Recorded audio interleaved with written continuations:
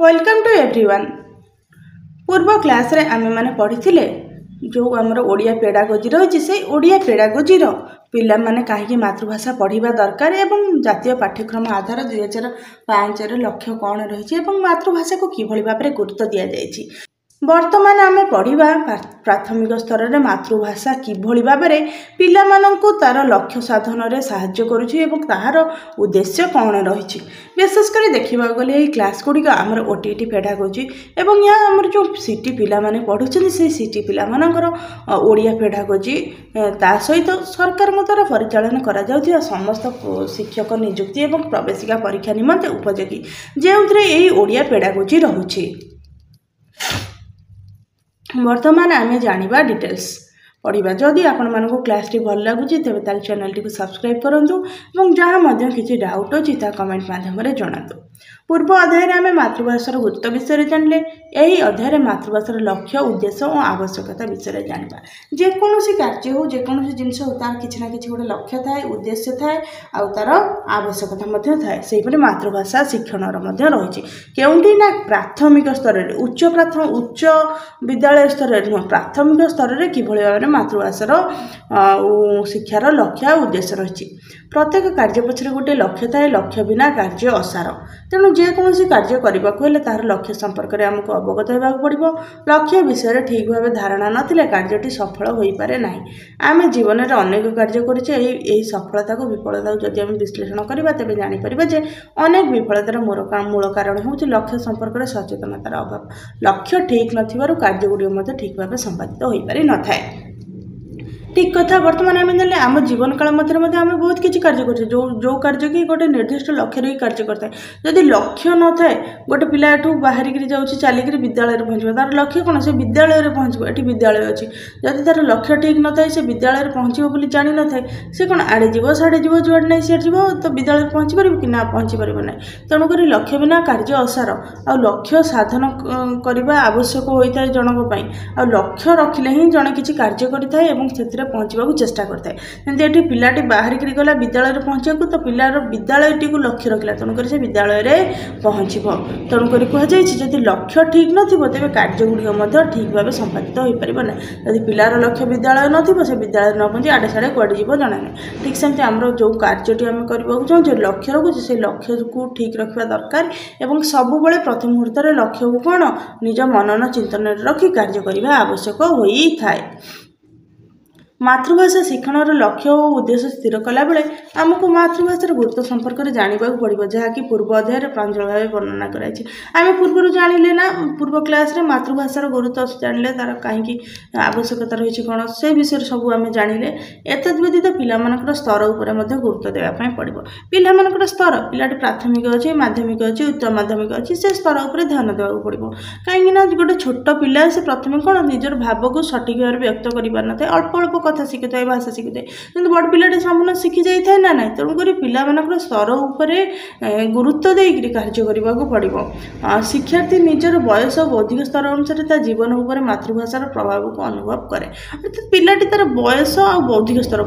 कहले बुद्धिर स्तर बयस अनुसार तार बौद्धिक स्तर वृद्धि घटी थाए। जो भाव में गोटे 2 वर्षर पिला से कौन माने भल मंद सब बुझीपार था कि ना बुझीपार न था किंतु गोटे 15 वर्षर पिला एटा पाठ मुझे पढ़ी ए मत मार्क रखा हम बापा माँ कष्ट कर जिनसा बुझीपार थाए कि तेणुक कहुई पिलार बयस और बौद्धिक स्तर अनुसार जीवन उपर मातृभाषार प्रभाव को अनुभव करे। तो मातृभाषार प्रभाव किभली भाव में से मातृभाषा को नहीं कार्य करुच्ची तार भाव अभिव्यक्ति करुच्ची से तार बुझीपारुची गमनागमन कर ज्ञान आहरण करुच्ची तो तार बयस और बौद्धिक स्तर अनुसार से तार प्रभाव को अनुभव करे मातृभाषार। तेणु मातृभाषार लक्ष्य उद्देश्य स्थिर कला बेले विभिन्न बयसर शिक्षार्थी आवश्यकता रुचि पसंद अपसंद आंचलिकतार प्रभाव संस्कृति इत्यादि उपर गुरुत्व देवाक पड़ता है। तेणुक आम जानिले जेहेतु पिलाटीर बयस और बौद्धिक स्तर उपर कौन प्रभाव पकाउछि बयस और बौद्धिक स्तर उपर आमर मातृभाषार जो लक्ष्य और उद्देश्य ଯାହା ରହିଛି ତାହା ନିର୍ଣ୍ଣୟ କରିବା ମଧ୍ୟ ଆବଶ୍ୟକତା ରହିଛି। ଯେହେତୁ ଛୋଟ ପିଲାଟା କମ୍ ବୁଝିପାରିବ, କମ୍ କହିପାରିବ, କମ୍ ଜାଣିପାରିବ, କିନ୍ତୁ ବଡ଼ ପିଲାଟା ଅଧିକ କହିପାରିବ, ବୁଝିପାରିବ, ଜାଣିପାରିବ। ତେଣୁକରି କୁହାଯାଇଛି କ'ଣ, ଯେତେବେଳେ ମାତୃଭାଷାର ଲକ୍ଷ୍ୟ ଉଦ୍ଦେଶ୍ୟ ସ୍ଥିର କରାଯିବ ସେତେବେଳେ ସେ ଶିକ୍ଷାର୍ଥୀଙ୍କର ତାର ବୟସକୁ ଆଖି ଆଗରେ ରଖାଯିବ। ଆବଶ୍ୟକତା, ରୁଚି, ପସନ୍ଦ, ଅପସନ୍ଦ, ତାପରେ ଆଞ୍ଚଳିକତାର ପ୍ରଭାବ। ବିଭିନ୍ନ ଅଞ୍ଚଳରେ ଆଞ୍ଚଳିକତାର ମଧ୍ୟ ପ୍ରଭାବ ରହିଛି। ଯେଉଁଭଳି ଭାବରେ ବହୁଭାଷୀ କଥା ଆମେ ପୂର୍ବ କ୍ଲାସ୍ରେ ଆମେ ପଢ଼ୁଥିଲେ, ତ ସେଇଭଳି ଭାବରେ ଅଞ୍ଚଳକୁ ମଧ୍ୟ ଧ୍ୟାନରେ ରଖିକି କ'ଣ କରିବାକୁ ପଡ଼ିବ, ମାତୃଭାଷାର ଲକ୍ଷ୍ୟ ଏବଂ ଉଦ୍ଦେଶ୍ୟ ସ୍ଥିର କରିବାକୁ ପଡ଼ିବ ବା ଗୁରୁତ୍ୱ ଦେବାକୁ ପଡ଼ିବ। ସଂସ୍କୃତି ଉପରେ ଆମେ ଗୁରୁତ୍ୱ ମଧ୍ୟ ଦେବାକୁ ପଡ଼ିବ।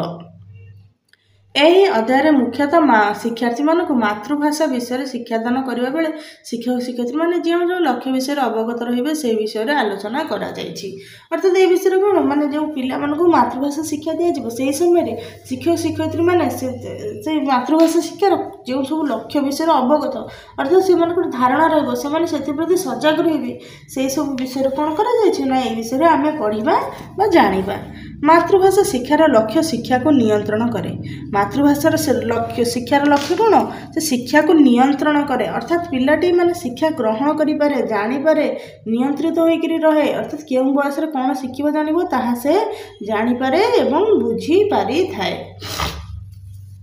ଲକ୍ଷ୍ୟଗୁଡ଼ିକୁ ଆଧାର କରି ତଥା ସ୍ତର ଅନୁଯାୟୀ ଶିଶୁମାନଙ୍କୁ ଅଭିଜ୍ଞତା ପ୍ରଦାନ କରାଯିବା ଉଚିତ। ଅର୍ଥାତ୍ ଲକ୍ଷ୍ୟଗୁଡ଼ିକୁ ସେ ମାତୃଭାଷାର ଲକ୍ଷ୍ୟକୁ ଆଧାର କରିକିରି ତାକୁ ମୂଳ ଭାବରେ ଗ୍ରହଣ କରିକିରି ତ ପିଲାମାନଙ୍କର ସ୍ତର ଆଉ ତାଙ୍କର ଅଭିଜ୍ଞତାକୁ ନେଇକରି କ'ଣ କରାଯିବା ଦରକାର, ଶିଶୁମାନଙ୍କୁ ଅଭିଜ୍ଞତା ପ୍ରଦାନ କରାଯିବା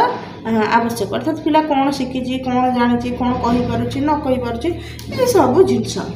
ମାତୃଭାଷା ମଣିଷ ଜୀବନ ସହ ଓତପ୍ରୋତ ଭାବେ ଜଡ଼ିତ। ତ ବର୍ତ୍ତମାନ ଆମେ ଜାଣିଗଲେଣି ମାତୃଭାଷାଟା ମଣିଷ ଜୀବନ ସହ କିଭଳି ଭାବରେ କ'ଣ ଆମର ଜଡ଼ିତ ରହିଛି। ସାଧାରଣ ଭାବେ ଶିଶୁମାନଙ୍କର ବୟସ, ବିକାଶ ଓ ମନସ୍ତାତ୍ତ୍ୱିକ ଦିଗ ଉପରେ ଦୃଷ୍ଟି ଦେଇ ମାତୃଭାଷାର ଲକ୍ଷ୍ୟ ନିର୍ଦ୍ଧାରଣ କରାଯାଇଥାଏ। ତ ଆମେ ଜାଣିପାରୁଛେ ପିଲାମାନଙ୍କର ବୟସ, ବିକାଶ ଆଉ ମନସ୍ତାତ୍ତ୍ୱିକ ଦିଗ, ଅର୍ଥାତ୍ ପିଲାମାନଙ୍କର ବୟସ କେତେ ଅଛି, ତାର କିଭଳି ଭାବରେ ବିକାଶ ହୋଇଛି। କିଛି ପିଲା ଥାଆନ୍ତି ସେମାନଙ୍କର ନର୍ମାଲ ଡେଭଲପମେଣ୍ଟ ହେଇନଥାଏ, ଗ୍ରୋଥ ହେଇନଥାଏ, ତାକୁ ଧ୍ୟାନ ରଖିବାକୁ ପଡ଼ିବ। ମନସ୍ତାତ୍ତ୍ୱିକ ଦିଗ ଅର୍ଥାତ୍ ପିଲାର ମାଇଣ୍ଡ ସେଟଅପ୍ କ'ଣ ଅଛି, ସେ ପଢ଼ିବାକୁ ଚାହୁଁଛି କି ନାହିଁ, ଶିଖିବାକୁ ଚାହୁଁଛି କି ନାହିଁ। ଯଦି ପିଲାଟିକୁ ଭୋକ କରୁଥିବ ତାର ଶିଖିବାକୁ ଇଚ୍ଛା ହେବନି। ତେଣୁକରି ଏହିସବୁ ଦିଗ ଉପରେ ଆମକୁ କ'ଣ କରିବାକୁ ପଡ଼ିବ ନା ଧ୍ୟାନ ଦେଇକରି ମାତୃଭାଷାର ଲକ୍ଷ୍ୟ ଆଉ ଉଦ୍ଦେଶ୍ୟ ସ୍ଥିର କରିବାକୁ ପଡ଼ିବ। ମାତୃଭାଷା ଶିକ୍ଷାର କେତୋଟି ସାଧାରଣ ଲକ୍ଷ୍ୟ ଓ ଉଦ୍ଦେଶ୍ୟ ରହିଛି। ମାତ୍ର ଗଳ୍ପ, ଉପନ୍ୟାସ, ଗଦ୍ୟ, ପଦ୍ୟ ଇତ୍ୟାଦି ପାଇଁ ଲକ୍ଷ୍ୟ ଓ ଉଦ୍ଦେଶ୍ୟ ଅଲଗା ଅଲଗା କରାଯାଇଛି। ତ ଏଇ ଯେଉଁ ମାତୃଭାଷା ଶିକ୍ଷା ରହିଛି ତାର କିଛି ଗୋଟେ ସାଧାରଣ ଲକ୍ଷ୍ୟ ଉଦ୍ଦେଶ୍ୟ ରହିଛି, କିନ୍ତୁ ଗଳ୍ପ, ଉପନ୍ୟାସ, ଗଦ୍ୟ, ପଦ୍ୟ ପାଇଁ ତାର ଲକ୍ଷ୍ୟ ଉଦ୍ଦେଶ୍ୟ ଅଲଗା କରାଯାଇଛି। କାହିଁକିନା ଗୋଟେ ମାତୃଭାଷାରେ ପିଲା ଯେଉଁ ସାଧାରଣ ଭାଷାରେ କଥାବାର୍ତ୍ତା କରିଥାଏ, ସାଧାରଣ ଶବ୍ଦ ସଂଯୋଜନା କରିଥାଏ, ସାଧାରଣ ଭାବ ବ୍ୟକ୍ତ କରିଥାଏ, ତାହା କ'ଣ ସାଧାରଣ ଲକ୍ଷ୍ୟ ଉଦ୍ଦେଶ୍ୟ। କିନ୍ତୁ ଯେତେବେଳେ ଗୋଟେ ଗଳ୍ପର ପଢ଼ିବାର କିଛି ଗୋଟେ ଲକ୍ଷ୍ୟ ଅଛି, ପିଲାଟି ଆନନ୍ଦ ପାଇବ, କିଛି ଗୋଟେ କଥା ଜାଣିବ, କେଉଁ ସମୟର କଥା ଜାଣିବ। ସେପରି ଉପନ୍ୟାସ, ଗଦ୍ୟ ଏସବୁର କ'ଣ ମାନେ ଅଲଗା ଅଲଗା ଜିନିଷ ରହିଛି, ଏଥିରୁ ଅଲଗା ଅଲଗା ଭାବଧାରା ପାଇବ। ତେଣୁକରି ଏସବୁ ପଢ଼ିବାର ତାର ଯେଉଁ ଲକ୍ଷ୍ୟ ଆଉ ଉଦ୍ଦେଶ୍ୟ ଅଲଗା। କିନ୍ତୁ ମାତୃଭାଷାର କେତେଟା ସାଧାରଣ ରହିଛି ଲକ୍ଷ୍ୟ ଉଦ୍ଦେଶ୍ୟ ରହିଛି, ଆଉ ଗଦ୍ୟ, ଉପନ୍ୟାସ ଏସବୁର କିଛି କ'ଣ ଅଲଗା ଅଲଗା ଲକ୍ଷ୍ୟ ଉଦ୍ଦେଶ୍ୟ ରହିଛି। ଭାଷା ଶିକ୍ଷାକୁ ମୁଖ୍ୟତଃ କୌଶଳାତ୍ମକ ବିଷୟ। Language is a skill subject. Skill ବୋଲି କହିଲେ ଆମେ କିଛି ଗୋଟେ ଜିନିଷ ଶିକ୍ଷା କରିଥିବା, ଜାଣିଥିବା, ଅର୍ଥାତ୍ ଯେଉଁ କୁହାଯାଏ ସ୍କିଲ୍ଡ ଲେବର, ଅନସ୍କିଲ୍ଡ ଲେବର। ଅର୍ଥାତ୍ ସ୍କିଲ୍ କହିଲେ ଜଣେ ଶିକ୍ଷା ଗ୍ରହଣ କରିଥିବ। ବର୍ତ୍ତମାନ ଯେଉଁ ଟିଚର୍ସ ମାନେ ଆସୁଛନ୍ତି ସେମାନଙ୍କୁ କୁହାଯାଉଛି କ'ଣ ସ୍କିଲ୍ ଟିଚର୍ସ। ସେମାନେ କ'ଣ, ସେମାନେ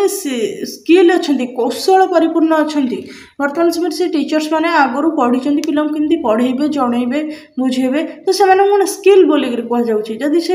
ବିଏଡ଼୍ ପାଠ୍ୟକ୍ରମ କିମ୍ବା ସିଟି ପାଠ୍ୟକ୍ରମରେ ପାଠ ପଢ଼ିଥିବେ ସେମାନଙ୍କୁ ସ୍କିଲ୍ କୁହାଯାଉଛି। ଯଦି ନ ଜାଣିଥିବେ ସେମାନଙ୍କୁ ଅନସ୍କିଲ୍ଡ ବୋଲିକରି କୁହାଯିବ। ତେଣୁକରି ଭାଷା ଶିକ୍ଷାକୁ ମଧ୍ୟ ସେଇଭଳି ଗୋଟେ କୌଶଳାତ୍ମକ ବିଷୟ ବା ଗୋଟେ ସ୍କିଲ୍ ସବଜେକ୍ଟ ବୋଲି କୁହାଯାଏ। ଏହାକୁ ଜାଣିବାକୁ ପଡ଼େ, ଶିଖିବାକୁ ପଡ଼େ, ବୁଝିବାକୁ ପଡ଼େ, ଏହାକୁ ପ୍ରୟୋଗ କରିବାକୁ ମଧ୍ୟ ପଡ଼ିଥାଏ ବୋଲି ଅନେକ ଭାଷାବିତ୍ ଓ ଶିକ୍ଷାବିତ୍ ମତ ପ୍ରକାଶ କରିଛନ୍ତି। ଏ ବାବଦରେ ଜାତୀୟ ପାଠ୍ୟକ୍ରମ ଆଧାର NCF 05 ଓ ରାଜ୍ୟ ପାଠ୍ୟକ୍ରମ ଆଧାର OCF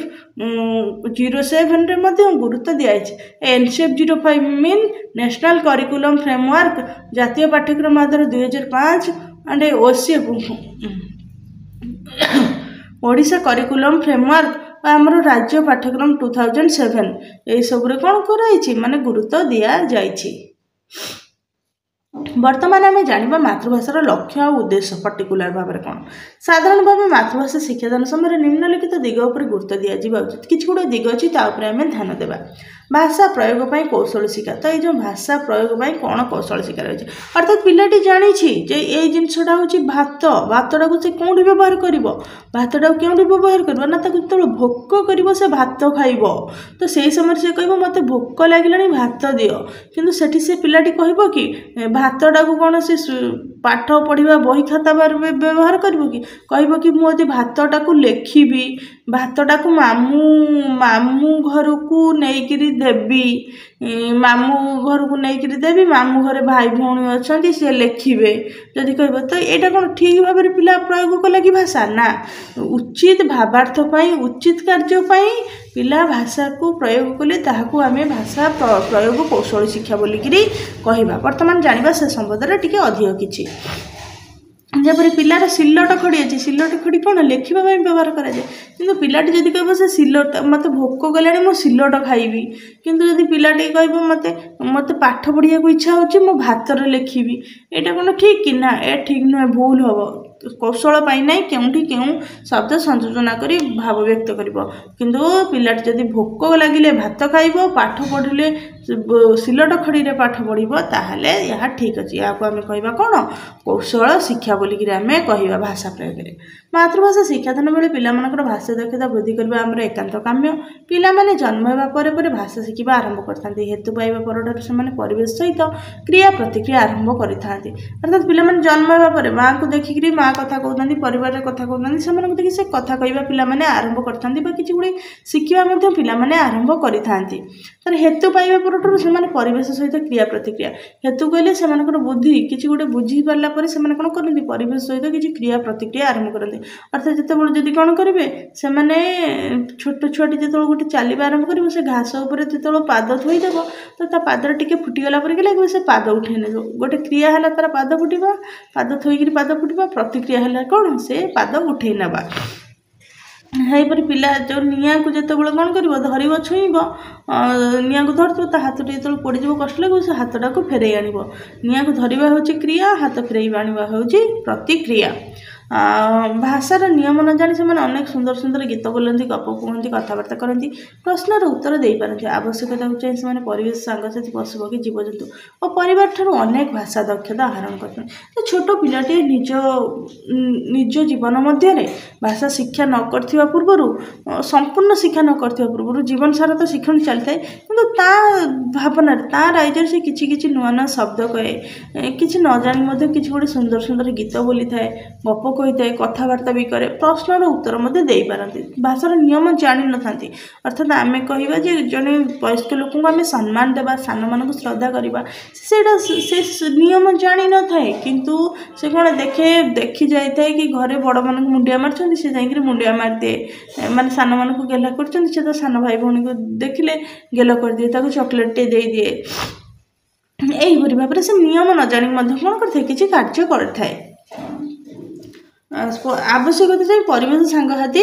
पशुपक्षी जीवजंतु परिवार ठारू अनेक दक्षता आहरण करते जो मान सहित मिशंती चलती जानती तो से कौन करते किसी गुड़िया दक्षता किसी गुड़िया शिक्षा पाई था से अनेक शिक्षाविद मत प्रकाश करते सी विद्यालय को आसवा पूर्व बहु भाषा ज्ञान हासिल करते तेणुक शिक्षाविद मैंने कहते विद्यालय को आसवा पूर्व पिलाटी बहुत भाषा ज्ञान पाई था कौटू परिवार सांगसाथी विद्यालय परिवेश ये सब यही भाव में पाई जाए थाए से किसी शब्द कथा कहवा सब शिखिक आसता है ना आसी था तेणुक यही सब से तार भाषा ज्ञान आहरण कर सारी था अवश्य एगुड़िक केवल शुणा और कहवा मध्य सीमित किंतु ये सब गुड़िक कौन खाए केवल से शुणी थाए और कही था कि लिखि न था पढ़ी न था विद्यालय को पिला आसवा पर से लिखि था पढ़ी था मातृभाषा शिक्षादान बेले निम्नलिखित दक्षता गुड़िक किपर विकास हो पार से विषय गुरुत्व दिज्व उचित तो जो आम मातृभाषा जो पढ़ुचे तो से निमंते किसी गुड़े दक्षता उपर गुरुत्व दिज्व आवश्यक देखा गले ये जो 9टी दक्षता रही है मातृभाषा शिक्षण या सबुठू अधिक आवश्यकता मोस्ट इम्पोर्टाट सब एग्जाम आसे एंड इम्पोर्टाट पॉइंट यहीटा को आपण मैंने समस्ते मन रखा दरकार मातृभाषा शिक्षादान लक्ष्य उद्देश्य मध्य 9 गोटे दिग रही 9 गोटे दक्षता रही ये 9 गोटी दक्षता ये 9 गोटी दक्षतार जाना दरकार 9 गोटी दक्षता को आम जापारे पिलाटर मातृभाषा शिक्षण लक्ष्य और उद्देश्य सठिक भाव हासिल हो पार और पिलाटी शिक्षा ग्रहण कर ही अधिक ही क्वेश्चन आसी थे आपण समस्त एग्जाम रे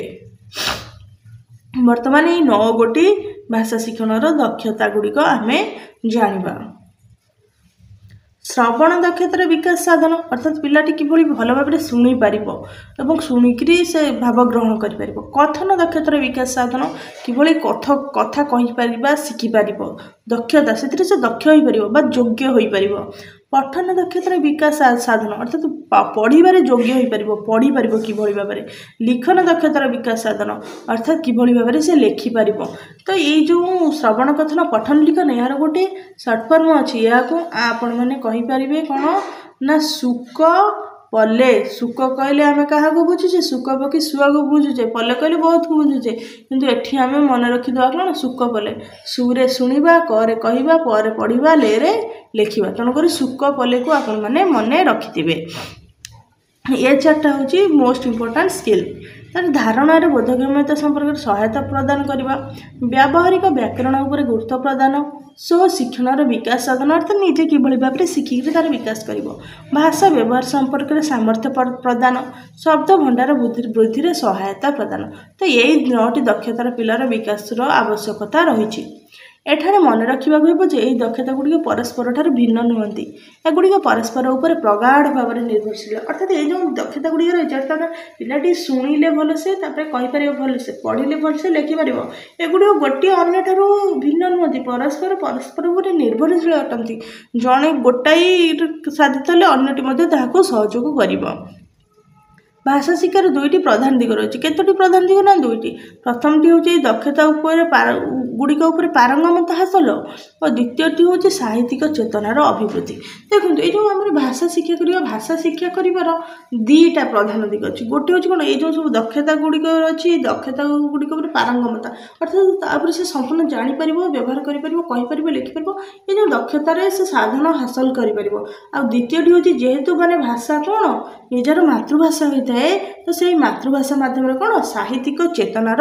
अभिवृद्धि भाषा शिक्षार प्रधान दिग होता है। प्राथमिक स्तर में मुख्यतः 4टी प्रमुख दक्षता पर जोर दिया है। जो पिलाटी प्राथमिक स्तर में पढ़ते से प्रमुख भाव में मुख्य भाव में केतोटी दिग उपर गुरुत्व दिया मुख्यतः 4टी दिग उपर। यह हम कौन आम सुक पले कौन सुक पले प्रथम हूँ श्रवण दक्षतार विकास साधन अर्थात शुणिबार विकास साधन कि पिलाटी किभली भल भाव शुणिपार बुझीपार से दक्षतार विकास साधन अर्थात जदि पिलाटी कौन तार कान खराब थी बयस अनुसार से शुणिक बुझीपार नटी असुविधा सृष्टि हे ना ना असुविधा निश्चित सृष्टि हे। तेणुक शुणा दक्षतार विकास साधन आवश्यकता रही। विचार कर देखिले शुणा कहवा पढ़ा लिखा कम मत शुणा कमटी सर्वपुरातन अर्थात सबुठ पुरातन हूँ शुणा कमटी अर्थात पिलाटी जो जन्मग्रहण करते से कौन करते माँ ठार प्रथम कथा शुणी थाए कही थाए कि ना कही न थाए से कथाटी शुणी थाए। जन्म पर शिशुर शुणा कमटी आरंभ हो जाए पिलाटी जन्म पर शुणा कम आरंभ हो जाए जो शिशु भल भाव शुणी थाए से भल भाव कथा कहीपर अर्थात पिलाटी जो भल भाव में जब शुणिपार से भल भाव में कथा कहीपर कहीं जदि गोटे शिशुर जब कान कौन असुविधा थी से भल भाव शुणिपार कि शुणिपार ना मतलब चतुर्वर्ष लोक मैंने स्पष्ट भाव में कथा कहीपर सठिक उच्चारण और सठिक आवाज जी शब्दर तीव्रता जोर रहा कथा से अनुसार न कहले पिलाटी भल भाव शुणिपार ना तेणुक से भल भाव शुणिपार से भल भाव में कहीपर ना। शुणा और कहवा परस्पर सह जड़ित तेणु शुणा दक्षतार पूर्णतम विकास करने आम प्रथम कर्तव्य होगा उचित। तेणुक पिलाटी प्रथम कि भाव में शुणिपार से दक्षतार विकास करवा आमर कौन कर्तव्य होगा उचित। पिलाटी जेकोसी विद्यालय को आसापर दृश्य श्राव्य माध्यम शुणिपार सांगति माध्यम शुणिपार कि भाव में शुणिपार तो से दक्षतार आम विकास करवा आवश्यकता रही। द्वितीय रही कथन दक्षतार विकास साधन अर्थात पिलाटी किभली भाव में भल भाव कहीपर तर से दक्षतार आम विकास साधन कराइबा आवश्यक। यहाँ मातृभाषा शिक्षार द्वितीय उद्देश्य भाव में विवेचन कराए। मातृभाषा प्रश्न आसे मातृभाषा शिक्षार द्वितीय उद्देश्य भाव में क्या विचार कराए ना मातृभाषा शिक्षार द्वितीय उद्देश्य भाव आमर कथन दक्षता को विकास कराए अर्थात कथन दक्षता को ग्रहण कराई पिलाटी शुणव प्रथम द्वितीय कौन कह यहाँ मातृभाषा शिक्षार द्वितीय उद्देश्य भाव विवेचना कराए। कथार अच्छी कही जानिले कथा सुंदर कथा कहवाटा गोटे कला गाँ गहली आम गोटे ढग ढगणी अच्छी जानचे कही जानिले कथा सुंदर बांधी जानिले मथा सुंदर अर्थात से सामान कथाटा कहुए खा भूंज गिल अर्थात से खाइबा को कहुच्छे अर्थात खा खा ने खा भूंज अर्थात ये सम्मान सुजोग भाव भोजन कर गिले या गोटे मैंने फोपाड़ा भाया कहे ना नहीं तेणुक कहुच्छे कही जानिले कथा सुंदर तेणुक कथा कहवाटा जानवा दरकार सठिक भाव में सठिक भाव प्रकाश कर भाव व्यक्त कर दरकार मनर भाव को ठीक भाव प्रकाश कले शुणा लोक बुझीपारे अर्थात पिलाटी तार मनर भाव को ठीक भाव सठिक भाव में प्रकाश कर कहीपे कौन हम ना जो लोकटा शुणुव से ठीक भाव में बुझीपार तेणु तेणु पिलाने भयशून्य भाव में निजर मनर भाव को स्वाभाविक भाव कहवा दरकार तेणुक कहवा भावना कथन दक्षतार विकास निमंते पिलाने भयशून्य भाव में निजर भावना को व्यक्त करवा कहवा दरकार तेज ताले जना पड़ो से मध्य कौन असुविधा रही कौन सन्देह रही से कौन चाहते कौन ना से सृजनशील सबकि जना पड़ो कहीं से तार भाव व्यक्त कर तो यहाँ हूँ कौन कथन दक्षतार विकास साधन तापर आम जाना शुणा कहवा पढ़ा लेखा बर्तमान आम जाना पढ़ा दक्षतार विकास साधन पठन दक्षतार विकास साधन अर्थात पिलाटी पठन दक्षतार किभली भाव पिलाटीर विकास हो पार शुणा और पढ़ा द्वारा आम भाव ग्रहण करूँ जितेबाला आम शुणु आ पढ़ू ता द्वारा कौन आम भाव ग्रहण करूँ अर्थात जो कार्यटी होला से कौन भाव रहा सेटा को आम जापर विद्यालय पढ़ुवा पिलाटी निजे पढ़ी और शिखी ज्ञान आहरण करे बही छपा अक्षर शब्द वाक्य अनुच्छेद इत्यादि को पढ़ी ताक बुझी तापर आलोचना कले पठन दक्षतार विकास होता है अर्थात पिला पढ़ो कहीं गोटे भावटा बुझब आम पढ़ी शुणिकी पढ़ी आम कौन गोटे भाव कौन कार्य अर्थात आम गोटे गप पढ़ीचे गपर पढ़ी कौन बुढ़ी असुरुणी रजा झील को कौन कला चोरेकी नहींगला तो नहींगला ता बापा माँ को मारिकी रजा झील को चोरेकी नहींगला आम ये पढ़ुचे पढ़ले आम जानले जे बुढ़ी असुरुणी या कला शुणुचे शुणिले आम ये जिनसा बुझीपार कि यही घटना घटला तेणुक पिला विद्यालय पढ़ुवा पिला निजे पढ़े और शिखिकी ज्ञान आहरण करे बही थी छपा अक्षर जमी बही गोटे कौन बॉल गोटे चित्र देती से देखिए जानव कौन यहाँ गोटे कौन बॉल आ गोटे कौन गोटे चढ़ईर चित्र दे तो से चढ़ईटी को देखिक पिलाटी जानव कौन चित्रटी देखिक यहाँ गोटे चढ़ई तो ये भाव में बही थी छपा अक्षर शब्द शब्द गोटे गोटे ये चढ़ई रहा तो ये लिखाई कौन ये लिखा जाइए चढ़ई बोलिक लिखा जाइए तार वाक्य अर्थात चढ़ईटी धान खाऊँगी गोटे वाक्य तापर गोटे अनुच्छेद संपूर्ण चढ़ईटी उपर गोटे चढ़ईटी उड़िकी आसला गोटे जगह धान पड़ता बसला से जगार से धान खुंटी खुंटी कर खाइला ये सब को पढ़ी कौन करे ताकू बुझी ताऊपर आलोचना कले तो पढ़व देख बुझब तापर आलोचना कले कौन हम पिलाटीर पठन दक्षतार विकास होता है तो यही भाव में पठन दक्षतार विकास होता है तापर आम जाना लिखन दक्षतार विकास लिखन दक्षता कौन लेखिपार अर्थात पिलाटी जो लेखिपार किभली भाव में केउं भाव में प्रथम भाषा शिक्षार 4 स्तंभ मध्य लिखन शिक्षा को आम चतुर्थ स्तंभ बोली कही यहाँ 4 नंबर स्थान दि जाए आगुरी आलोचना कर दक्षता गुड़िक लिखन अधिक जटिल बोले आगुरी आम 3टा शुणा पढ़ा शुणा कहवा पढ़ा आम 3टी दक्षता आम आलोचना कले कि सबुठ अधिक कष्ट कि सबुठ अधिक कष्ट जटिल जटिल जो शब्द जटा जमी मैंने छंदी छंदी होकर रही है छड़ेवा फिटेवा बहुत कष्ट होता है ठीक से जटिल जटारू आसी जटिल अर्थात यह बहुत कष्ट मात्र लिखन पर पूर्व प्रस्तुति लिखन धारा सहित पिला परिचित कराइदेले यह जटिल हेना अर्थात पूर्व प्रस्तुति पिला आगुरी प्रस्तुत कर सहित पिला लिखन धारा कि भाव लेखा जनईदेले पिला को यह कष्ट हेना अर्थात पिला अटा कि लेखिकी जानी तेणुक रटा कि लेखिकी जानी तो तापर लेखि यहाँ हूँ र पिलाटी जानी तो तेणुक अर जो कह लिखा से लिखार कौन असुविधा सृष्टि करना कष्ट ना लिपि गुड़िक एकाठी कर ठीक भाव लिखि न पारे लिखन संपूर्ण हो जाए तो ये लिखू से एकाठी कर ठीक भाव न लिखिपार ये अर कौन देखिए चकटा को देखिए चक न लिखिपार अलग किसी लिखिले तार भाव प्रकाश करें तेणुक यह असंपूर्ण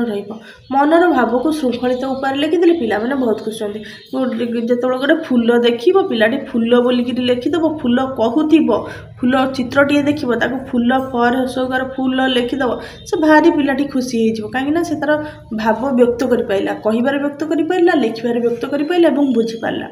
एकाग्रता स्मरण शक्ति दृष्टि शक्ति सहित सूक्ष्म मांसपेशीर उपयुक्त चालना लिखन आवश्यक। लिखन कौन आवश्यक होता है? लिखन एकाग्रता अर्थात स्थिर भावना माइंड डिस्टर्ब हम ना, स्मरण शक्ति अर्थात स्मृति स्मरण मन रखा शक्ति, दृष्टि शक्ति अर्थात यह देख सहित सूक्ष्म मांसपेशीर उपयुक्त चालना। सूक्ष्म मांसपेशी कहले आम कौन बुझे? पिलाटी जितेबाला हाथ में लेखि थाए तार बयस अनुसार शरीर अभिवृद्धि होता है, जदि तार हाथर सठिक माने विकास वृद्धि विकास न होता है से कलम धरिबार असमर्थ थाए, से कलम धरी पार कि ना धरी पार ना। हाथ गोटा गोटे सूक्ष्म मांसपेशी ना, तेणुक कहुई सूक्ष्म मांसपेशी सहित उपयुक्त चालना लिखन आवश्यक। सूक्ष्म मांसपेशी हाथ में कलम सठिक भाव धर चालना अटा ये भाव में से अटा को ठीक भाव में लिखिले ठीक भाव लिख कि अकृति एमती गारेदेव हे कि ना हे ना। एगुड़िक श्रेणी शिक्षक मैंने विकास करवा निहाती जरूरी। तो यह सब जिन श्रेणी शिक्षक विकास करार आवश्यकता रही ना कौन ना स्मरण शक्ति दृष्टि शक्ति सूक्ष्म मांसपेशी किभली पिला चाहिए लिख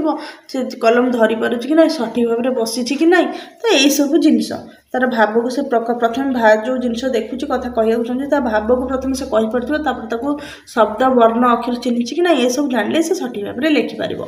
तापर रही धारणार बोधगम्यता। बोधगम्यता कहले बुझा, यह अन्य दक्षता गुड़िक सहित जड़ित। पिलाटी जहाँ कह पढ़ लेख ता सहित बुझा प्रक्रियाटी संपृक्त। अर्थात एठारे आम जानले पिला जहाँ शुणुब कहीपर पढ़ीपर लेखिपर किंतु जदि बुझी न पार तेबे ताहले कौन शिक्षा संपूर्ण हेब ना। अर्थात पिलाटी कौन एठी गोटे भात थालिया थुआ जाइछि, एठी गोटे सिलट थुआ जाइछि, ताको कहगला भात भात थाली।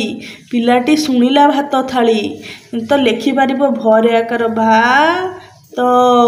ये भात उच्चारण को यही अक्षर ही लिखा जाए, यहाँ भ यहाँ त लिखिपार तार यहाँ बुझब कि यहाँ भात आगे खिया जाए, तेबे ताहले तार कौन समर्थ हम से भाषा ज्ञान आहरण करने निमंते। यह हूँ गोटे सिलट। तो ये सिलट को आम कहले से जानिला ये सिलट शब्द कहगला। सिलट एमती गोटे चारिकणिया कलार थाए से कौन चौक रे लिखा जाए ता सहित कौन तापर यह सिलट सिलट स हूँ दंतस्य सिलट सिलट बोलिक लिखिपार बुझीपार यार कार्य। तेबे ताहले कौन पिलाटीर बोधगम्यता आसी। तेबे आम जाना पिलाटीर धारणार बोधगम्यता जो रही संपूर्ण भाव में परिपूर्ण होइछि। पिलाटी जहाँ कह पढ़ लिख सहित बुझा प्रक्रियाटी संपृक्त। सबू काम बुझिकी करवा उचित। तेणु शुणुवा पढ़ुवा विषय सहित निहित धारणार बोधगम्यता शिक्षार्थी एकांत आवश्यक। तेणुक यही अनुसार आम जानले कि पिलाटी जो कार्य कर जहाँ कर से मैंने शुणवा सहित कह जहाँ कर लिख बुझी पारुथिबा दरकार। तापर आमर रही व्यावहारिक व्याकरण। व्यावहारिक व्याकरण कौन किसी गुड़े जो व्याकरण अच्छी व्यावहारिक जहाँ को आम व्यवहार करूँ व्याकरण गोटे शास्त्र रही। भाषार परिसर व्यापक और भाषा शिक्षा दिने दुई दिन मध्य सीमित नुहे। प्रथम जाना व्याकरण क्या कहुए? व्याकरण बोलिक कहले गोटे भाषार तार शुद्ध लिखन पठन कथन उच्चारण भाव प्रकाश को लेकर जो ग्रंथ रचना करा जाए ताहाकु आम व्याकरण बोलिक कही था।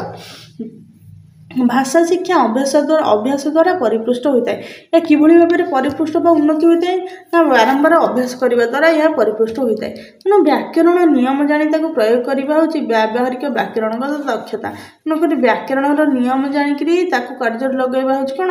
व्यावहारिक व्याकरण दक्षता। ध्वनि दृष्टि शब्द शब्द मध्य समता आनिबा,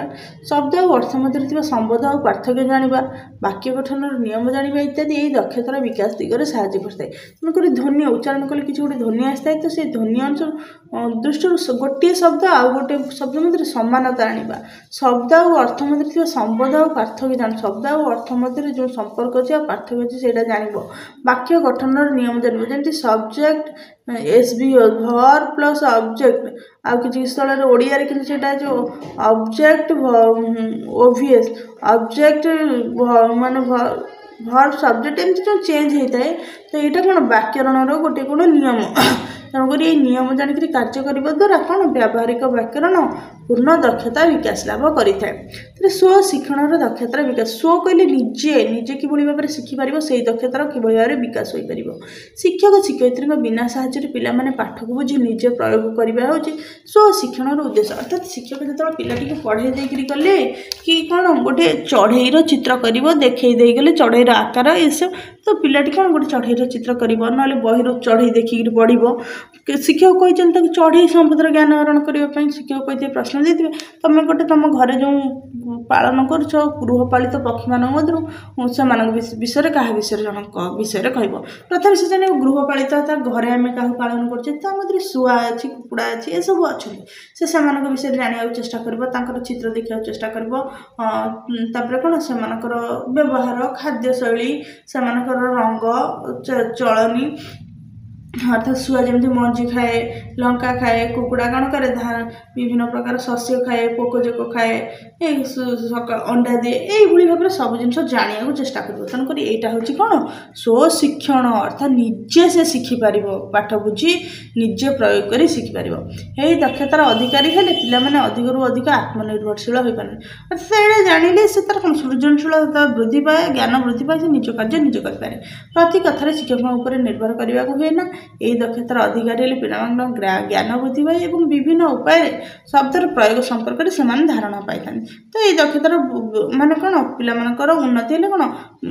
दक्षता वृद्धि पाए ज्ञान वृद्धि पाए विभिन्न उपाय शब्द प्रयोग करवा शिखे अर्थात पिलाटी जो निजे पढ़ निजे शिख से बहुत किसी जिन शिख ज्ञान आहरण कर जान ना ना तेणुक तार निजर अधिक ज्ञान वृद्धि पाई था अधिक उन्नति होता है भाषा शिक्षा। आमर रही भाषार व्यवहार उचित स्थान में उचित भाषा व्यवहार करवा भाषार उपयुक्त व्यवहार औपचारिक और अनौपचारिक परिस्थिति भाषा किपर व्यवहार करा जाए ताहा ही यही दक्षतार उद्देश्य। तेणु यहाँ मातृभाषा शिक्षादान एक लक्ष्य उचित स्थान में उचित भाषा व्यवहार करवा अर्थात केउठी माने भद्रता सूचक भाषा व्यवहार करा केउठी रुक्ष भाषा व्यवहार करा केउठी क्रोधान्वित भाषा व्यवहार करा तो यही सब भाव में अर्थात पिलाटी गोटे भल कार्य करिछि तो पिलाटी को बाबा माँ कौन शाबाशी दियंती मोर पुओ कि झील बहुत भल कार्य तुम्हें कर निमंते समस्ते गर्व गौरव अनुभव कर गोटे पिलाटी जब गोटे भूल काम करता गोटे तार सांगती को मारी थाए पिटी थाए तो सेठी से कौन आकट कर तागिद कर तुम्हें कहीं तू कहीं मारिलु से तोर सांग पिला तू कहीं मारिलु से तुझे मार ये भाव में जो क्रोधान्वित सूचक तो पिला बुझीपे जे भाव अनुसार कौटी किभली भाव में भाषा व्यवहार करा दरकार। तेणुक यही दक्षतार कौन यह गोटे औपचारिक अनौपचारिक परिस्थिति औपचारिक कहले कौन जो औपचारिक भाव में जोटी गोटे धराबंधा नीति नियम थाए कि अनौपचारिक जो धराबंधा नीति नियम न थाए कौन जो निर्दिष्टता न थाए औपचारिक कहले कौन विद्यालय विद्यालय आम पिला कौन गोटे निर्दिष्ट नीति नियम रही है अनौपचारिक अनौपचारिक कौन तार कौन घर घर से मन इच्छा जा ना ताकरे ठीक से भाव में कौठारे कौन भाषा शब्द व्यवहार कर पिलाटी जाना दरकार। तेणुक यहाँ मत मातृभाषा शिक्षादान एक लक्ष्य। 9 नंबर दक्षता मध्य रही शब्द भंडार वृद्धि। शब्द भंडार वृद्धि कौन पिलाटी बहुत गुड़िए शब्द जानिबा दरकार किभली भाव में शब्द रही केते रही तो किभली भाव में व्यवहार करा जाउछि। प्रत्येक घर जपरी गोटे भंडार करते से पिला पाखे गोटे शब्द भंडार थाए आम घर कौन गोटे भंडार घर थाए से मैंने सब जिन संचय कर रखू तो पिला पाखे गोटे शब्द भंडार थाए ता मध्य से बहुत गुड़े शब्द जानी थाए शिखी थाए लिखी थाए गोटे भाषार गांभीर्य विस्तृति गभीरता और चातुरी शब्द भंडार उपर निर्भर करता है अर्थात किभली भाव में से प्रकाश कर सब कौन करे पिलाटीर शब्द भंडार उपर निर्भर करे। पंचम श्रेणी पाठ सरला बेलू जन शिक्षार्थी अन्य 5000 शब्द जानवा दरकार जानवा आवश्यक अर्थात पंचम श्रेणी सरला बेलू पिलाटी केते जानिबा दरकार ना मिनिमम 5000 शब्द जानिथिबा दरकार नचेत तार सठिक भाव में विकास भाषा दक्षता उपरे ज्ञान आहरण होउछ बोली आमे कहि परिबा नाही। आमे भाषार 9 गोटी दक्षता संबंध आलोचना कले एगुड़ी व्यतीत प्राथमिक स्तर में मातृभाषा शिक्षादान आउ केतोटी उद्देश्य रही सेगुड़ी विषय निहाती जाना आवश्यक। बर्तमान ये कौन आम भाषार केतोटी दक्षता ना 9टी दक्षता विषय जानले तो आपरे आर आहरी केचे गुड़िया माने रही शिक्षादान उद्देश्य रही सेगुड़ी जाना कि विशेषकर देखा गले इम्पोर्टान्स हूँ 9टी दक्षता 9टी दक्षतार पिलार दक्षतार पिला प्रवीण होगा आवश्यकता रही। मातृभाषा शिक्षार आम विशेष भाव में 9टी उद्देश्य लक्ष्य को आम जानिले लक्ष्य को बर्तमान आउ कि गुड़िए लक्ष्य बा उद्देश्य तार रही आम से गुड़िक जाना देखो से लक्ष्य उद्देश्य गुड़िक कौन रही आम आलोचना करवा निज देशर ऐतिह्य और संस्कृति सहित परिचय अर्थात पिलाटी मातृभाषा शिखिले जानले कौन हम ना निज देशर ऐतिह्य संस्कृति सहित परिचित होगा दरकार मातृभाषा माध्यम देशर ऐतिह्य संस्कृति सहित परिचित होता है प्रत्येक साहित्यिक कृति से समय ऐतिह्य संस्कृति परंपरा इत्यादि प्रतिफलित होता है सेगुड़िक विषय पिला परिचित कराइबा मातृभाषा शिक्षण अन्यतम उद्देश्य तेणुक मैंने प्रत्येक समय कौन साहित्यिक मैंने कृति से समय ऐतिह्य संस्कृति परंपरा को लिपिबद्ध करते तेणुक से गुड़िक संबंध में पिला माने परिचित होगा दरकार बा जानिबा दरकार यह मातृभाषा शिक्षण गोटे उद्देश्य मानविक गुणावली और मूल्यबोधर विकास अर्थात प्रत्येक साहित्य प्रतिफलित होता है किसी ना कि मानविक गुणावली और मूल्यबोध मानविक गुणावली अर्थात मनुष्य सुलभ जो व्यवहार मनुष्य सुलभ जो गुण आ मूल्यबोध जन को सम्मान देवा जनकर सम्मान करवा भावना बुझा यह सब हूँ मूल्यबोध एगुड़ी को पिला निहाती भाव शिखाइबा उचित समाज हितकर होता गुणावली गुड़ी को पिला गुणावली गुड़ी को पिला को मातृभाषा ही शिखाई था समाज हित गुणावली गुड़िक अर्थात समाज रे जो कार्य होता है भल कार्य होता है तो से कार्य पिला को किए शिखाई था क्या माध्यम पिला शिखे पिला साहित्य माध्यम शिखे मातृभाषा माध्यम शिखे देशपाई उत्तम नागरिक गठन शिक्षित भद्र मार्जित और सुगुण संपन्न नागरिक माने देश तथा जाति को उन्नतिर पथरे आगे नहीं थांती मातृभाषा माध्यम भल गुण मूल्यबोध को निज निजर आचरण प्रतिफलित कर पाइले अधिक फलप्रद होता है गोटे पिला गोटे छोट छुआ से आगामी आसंता काली देशर नागरिक तेणुक से कौन जानवा दरकार ना शिक्षित भद्र मार्जित सुगुण संपन्न हेले कौन देश को जाति को उन्नति पथरे आगे नब तेणुक मातृभाषा माध्यम पिलाटी भल गुण जानी थाए मूल्यबोध को जानी थाए से निज आचरण में प्रतिफलित करने आवश्यक वर्तमान समय विद्यालय मान गोटे सबुठ अधिक समस्या सृष्टि होती जो कि पिला माने निज कार्य छाड़ी सब अन्य ना कंप्लेन कर शत्रुता वृद्धि पाँच से खराब मनोभाव वृद्धि पाँच तेणुक से यही प्रकार जो रही भूल धारणा अन्य ना कंप्लेन करवा यहाँ पिला परिवर्तन कर आवश्यकता तेज पिलार जीवन सुगम हम और भल नागरिक होने आउ पदे आगक जापरेंगे जातीय संहति भावना और आंतर्जातिक सद्भावनार विकास नीच मना न हो उदार हृदय विश्वर कल्याण करने हूँ प्रत्येक मनुष्यर परम कर्तव्य यह द्वारा जातीय संहति आंतर्जातिक मनोभाव विकास होता है तो पिलाटी छोट मन न होकर उदार हृदय उदार कहले से कौन रही है दया रही है महानता रही है से सारा पृथ्वी निमंते कौन तार हृदयटा बहुत बड़ होता है तेणुक विश्वर कल्याण करने हूँ प्रत्येक मनुष्यर परम कर्तव्य अर्थात विश्वर कल्याण हेल्ले समस्त कल्याण हम से मनुष्यटीर कल्याण हम तेणुक विश्वर कल्याण करने समस्त प्रार्थना करने उचित कार्य करने उचित यह द्वारा जातीय संहति आंतर्जातिक मनोभाव विकास होता है जातीय संहति जातीय कहले समस्त जाति एकाठी एकाठी रही समस्त उन्नति होता है समस्त सुविधा होता है ता सहित कौन होता है आंतर्जातिक मनोभाव विकास होता है अंतर्जातीय स्तर में किसी कार्य करने को तार कौन होता है मनोभाव आसता है तेणु मातृभाषा माध्यम गुण गुड़िक विकास ठीक भाव कर शिक्षार्थी मानकर कलाबोध और सौंदर्य चेतनार विकास और सौंदर्य चेतनार विकास से सुंदरता को किभली भाव में ग्रहण करुच्ची कलाबोध जो कला संगीत रही नृत्य रही सहित जीव जगत प्रकृति रही से कला को देखिपर से कला को अनुभव कर सहित तार सुंदरता को अनुभव कर से चेतनार तार विकास करने दरकार साहित्य व मातृभाषा हूँ कला और सौंदर्यर गंताघर से लेखकर भावना और सृजनात्मक चिंता कलात्मक रीति प्रतिफलित होता है पाठदान मध्य शिक्षक शिक्षयित्री मैंने प्रसंग मध्य कलात्मकता और सौंदर्य चित्रण विश्लेषण करने आवश्यक अर्थात साहित्य साहित्य कौन साहित्य हूँ कला सौंदर्यर घर से गंताघर से माने अपूरंत कला सौंदर्य भरी रही से यह कौन करता है लेखकर भावना और सृजनात्मक चिंता कलात्मक रीति प्रतिफलित होता है जमती कहुई माने कवि लेखक मैंने लिखिदे था अर्थात चिंतन में प्रकृति होता है प्राण चेतना जो भाव में झरणा कुलु कुलु होकर बही जाए कोईली परी कुहुतान झरणा गीत बोलू थाए ठीक से मलय पवन छुई छुई जिते जाए समस्त तन मन सबको पुलकित कर दिए ए सब भावना किए दे था ए सब भावना कला माध्यम होता है लेखकर लेखन सर्जनात्मक माध्यम होता है तेणुक प्रकृति को अनुभव कर सुंदर प्रकृति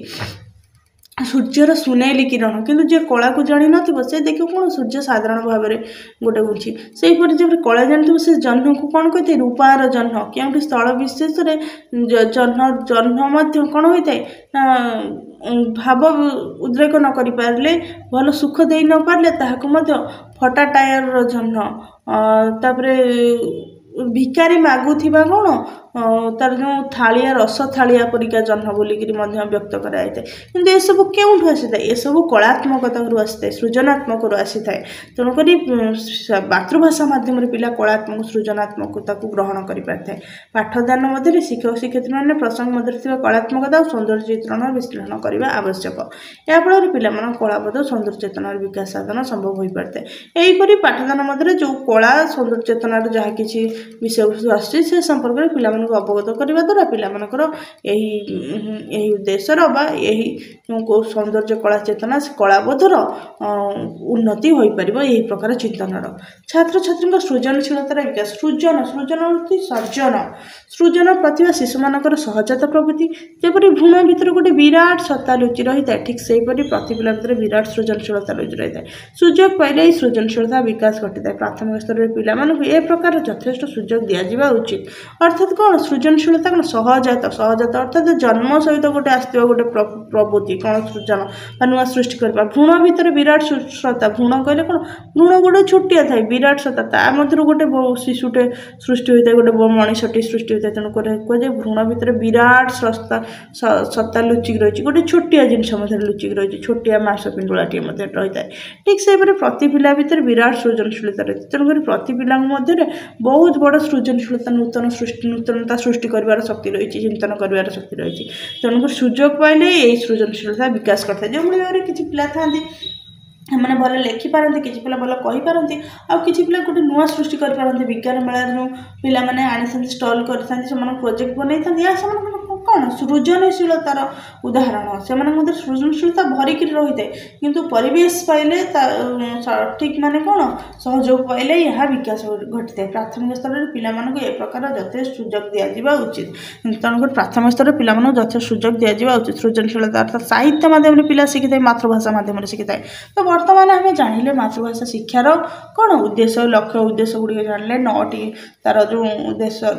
9टी दक्षता आम जानिले ता सहित ये सब दक्षता गुड़िक आम जानिले देखा गले पिलाटर मातृभाषार आवश्यकता दक्षता तार व्यावहारिकता किभली भाव कार्य कर संपर्क में आम बर्तमान ये क्लास जानिले जदि आपण क्लास भल लगी तेज चैनल टी सब्सक्राइब कर जदि भी किसी आप डाउट रही है कमेंट माध्यम जनातु तो यहीपरि नुआ नुआ क्लास देखा चैनल टी सब्सक्राइब करूँ परवर्ती क्लास रे यही ओटीटी एग्जाम निमंते ता सहित राज्य सरकार द्वारा करा विभिन्न प्रकार प्रवेशिका परीक्षा और शिक्षक नियुक्ति परीक्षा निमंते क्लास गुड़िक अपलोड करा तो यहाँ आज ओटीटी परीक्षा और समस्त शिक्षक नियुक्ति परीक्षा निमंते ओडिया पेडागोजी क्लास नंबर 3 थिला तो यहाँ पर आम अन्य क्लास पढ़ा विशेषकर बर्तमान आसवा जाऊँ ओटीटी परीक्षा निमंते यह उपयोगी और यह हूँ ओडिशा राज्य सरकार द्वारा प्रणयन कर स्पेशली भाव में डीएलडी कोर्स रही सिटी कोर्स रही तन्मध्य से पिला निमंते विशेष उपयोगी।